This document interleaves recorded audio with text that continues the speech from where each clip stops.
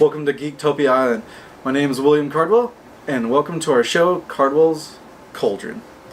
This is where I bring up all the cards that you probably forgot about that's in Standard right now, place them together, and we'll be playing in Friday Night Magic. This deck is aptly named Phantom Spellbook, and this is the reason why. The first card of the deck, Abandoned Sarcophagus, is a 3-drop artifact, and this is the reason why I built this deck. And so far it's been extremely fun and actually useful.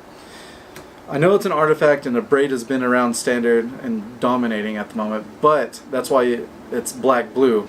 Counter it, and you can also have Multitude and play it for free. And I'll show you how. First, 3-drop artifact. You may cast a non-land card with cycling from your graveyard. If a card with cycling would be put in the graveyard from anywhere and it wasn't cycled, exile it instead. That's the whole deck.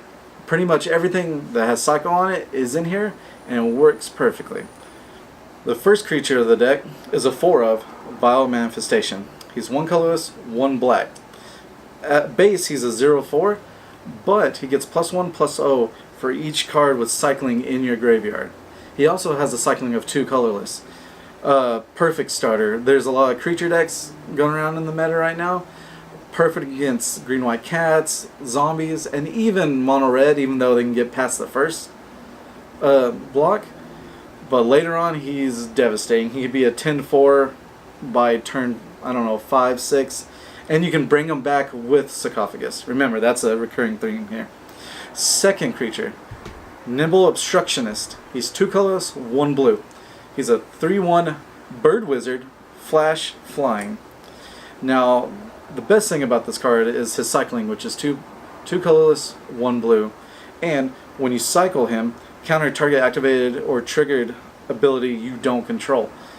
This stops Planeswalkers, this stops Westvale Abbey, this stops people messing in your graveyard game 2 and 3 if you get there.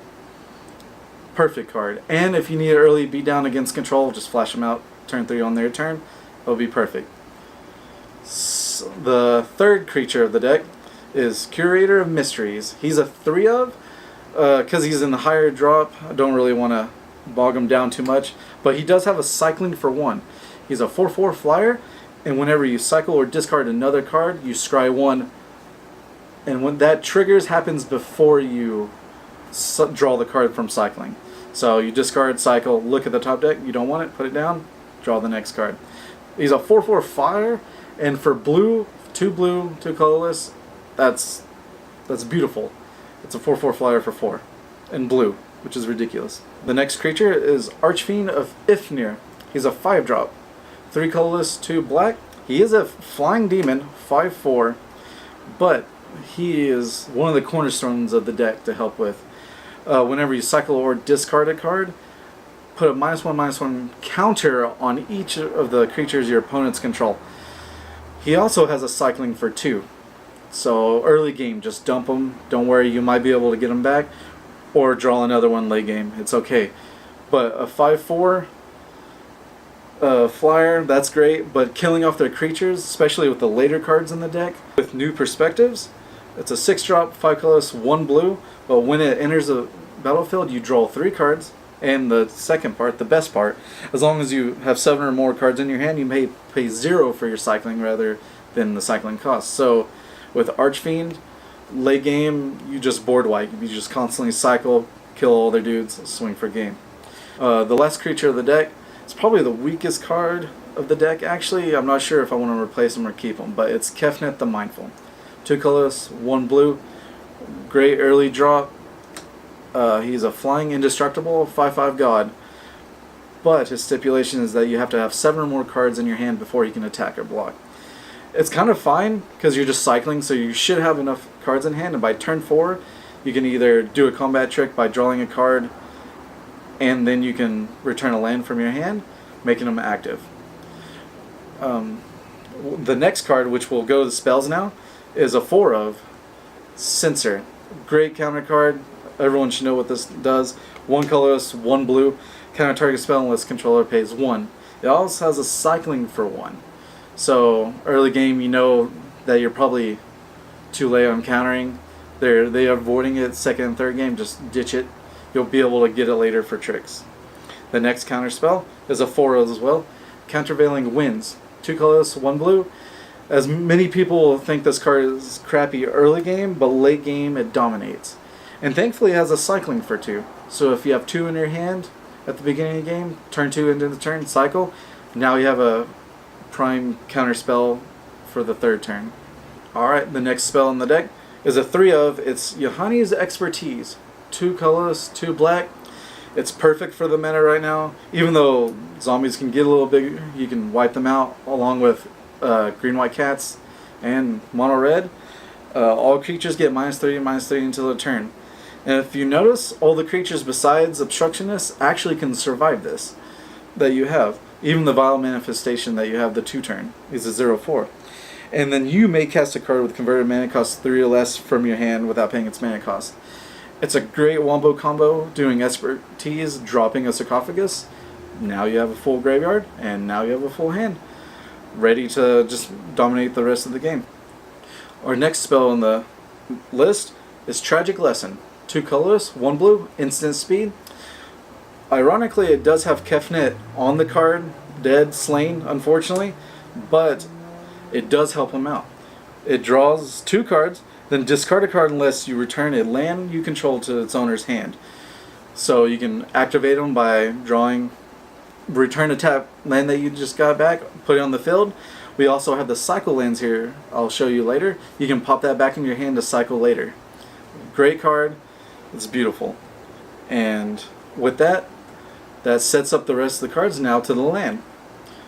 We have a 4 of Fetid Pools. This is the cycle land, blue-black. Unfortunately, it comes into play tapped no matter what. But the best thing about it is that it's an island and swamp, which activates Estuary. Blue-black. It comes into play tapped unless you reveal an island or swamp from your hand. So therefore, it activates Fetid Pools. You can keep it in your hand later to draw more cards because that's cycling for 2. With the rest of its basic lands, 9 islands, and we got 7 swamps. Makes it about 23 land. It might sound a little low, but as much as you're cycling, you're going to get all the land that you ever need. Which brings it to sideboard. 15 card sideboard, of course. The first one is Yahenni's Expertise, filling out the 4th drop for the aggro decks you'll be playing against. I have 1 Fatal Push at the moment. I have more, but with so much other kill, the board wipe, it's a great just add in, you just throw it in for the early creatures. Against control, we got Transgress the Mind. We got 2 of them. Perfect. If you don't know what it is, 1 colorless, 1 black. It's Devoid. Target player reveals his or her hand. You may choose a card with converted mana cost 3 or more and exile that card. Perfect against control or mid-range even. Now, for the aggro decks, I put 3 Kalitas, Traitor of Ghet. He's beautiful. 2 colorless, 2 black. He's a 3/4 creature with lifelink. The best part, if a non-token creature an opponent controls would die, instead exile that card and put a 2/2 black zombie creature token onto the battlefield. Amazing. You board white with Yahenni's Expertise, Kalitas lives, and you have all the zombies to replace from all their zombies. Last but not least, 2 colorless, 1 black ability. Sacrifice another vampire or zombie, put 2 counters on Kalitas. Amazing. Now, most people hate this card I'm about to show you. Bontu's Last Reckoning. 1 colorless, 2 black, sorcery. Destroy all creatures, land you control, don't untap until your next untap step. I found this to be very useful against mid-range, Teamer Energy, and also so late game that zombies are too big enough for the Yahenni's Expertise to kill. Board wipes everything, they probably exhausted their hand, you're fine. You have enough cards later on to establish again. Got 2 of those. The next one, 3 Liliana's Defeat. There's enough black decks going around with splash of black. Destroys the Liliana, they lose 3 life. Destroy target black creature or black planeswalker. If that permanent was a Liliana planeswalker, her controller loses 3 life for 1 black. Sorcery. Very useful. Next, Drakehaven. 2 colorless, 1 blue, enchantment.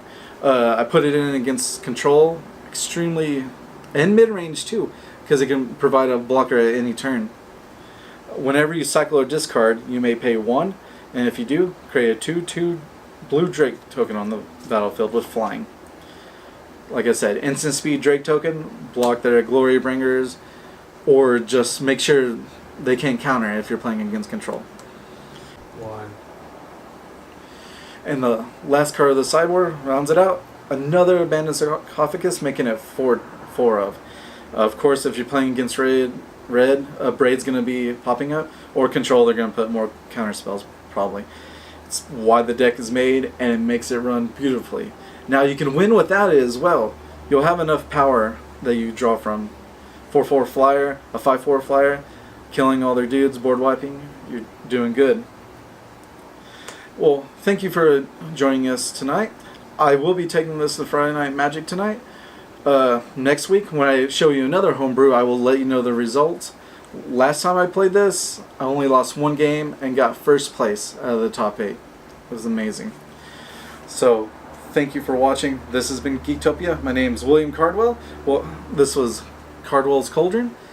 And please like us, push the like button if you like this, and please subscribe. Help us out a lot. You have a good night.